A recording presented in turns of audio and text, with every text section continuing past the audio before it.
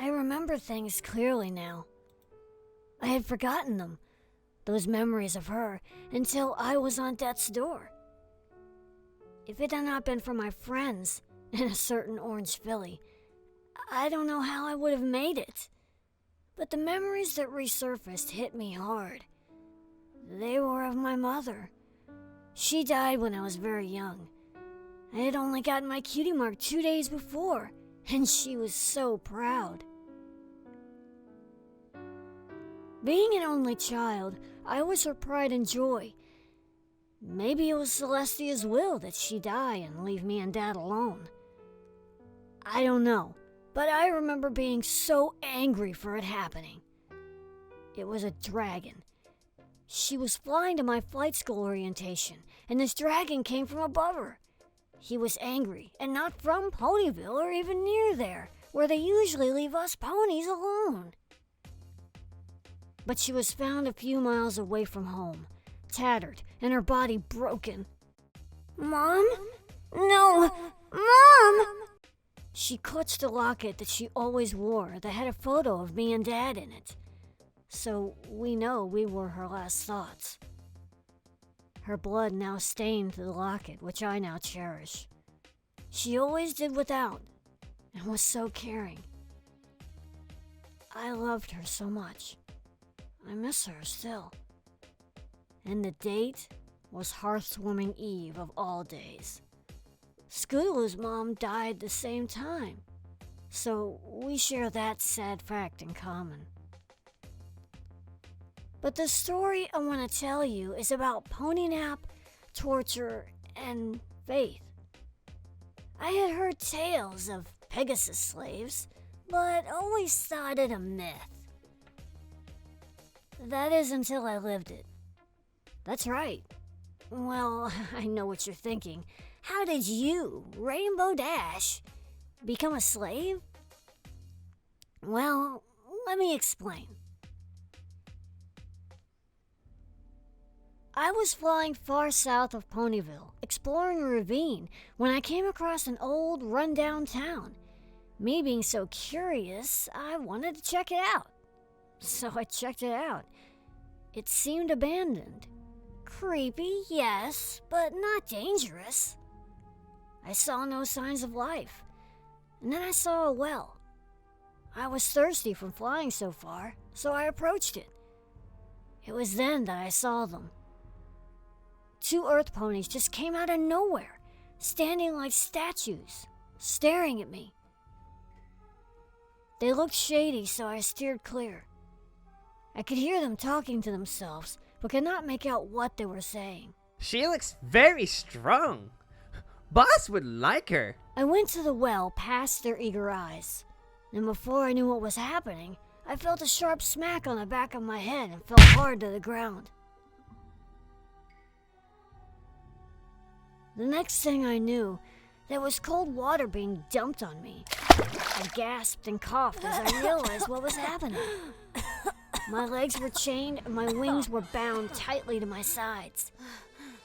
Blood trickled down my temple, and man, was my head pounding.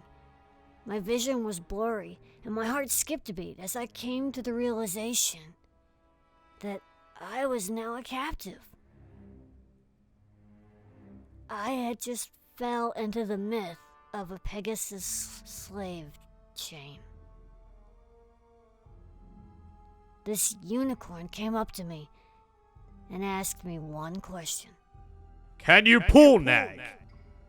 I narrowed my eyes at him and spit in his face. His horn glowed as his magic wielded a whip, and he smacked me in the face with the handle of it. I groaned and growled. He smirked at me. A short while later, I was put into this old beat-up harness with rusty chains attached to a full cart with gems in it. A jewel mine. That's where I was. And I was expected to work, and work hard. It was then I found out why they preferred Pegasi. For we're strong in the shoulders, which makes us ideal for pulling. There were other Pegasi there as well, more than I ever expected to see in a slave chain. I was actually scared. As much as I hate to say it, I was. That damn unicorn wielded the whip again, and it cracked me on the back and flank. It stung. Oh, how it stung. Blood formed where the whip sliced through my skin. I whimpered and pulled even harder, and I cursed them under my breath. We pulled for hours before they let us stop for a small drink of water, and then I was back to work again. This went on for, hell, I don't know, many days, a week, maybe more. I cannot tell if it was day or night after the first 2 weeks.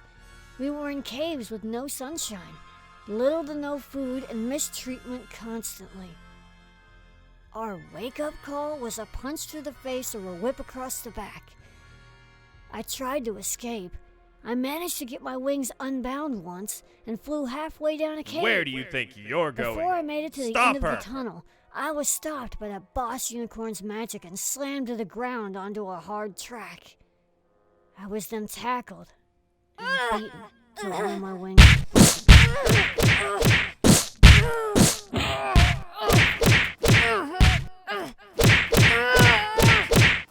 Things continued like that for so long. I had given up any chance of escape or rescue. No pony knew where I was. How could they rescue me if they didn't know where I was? I felt so stupid. My spirit was deteriorating as fast as my health. I thought for sure I would die in that place.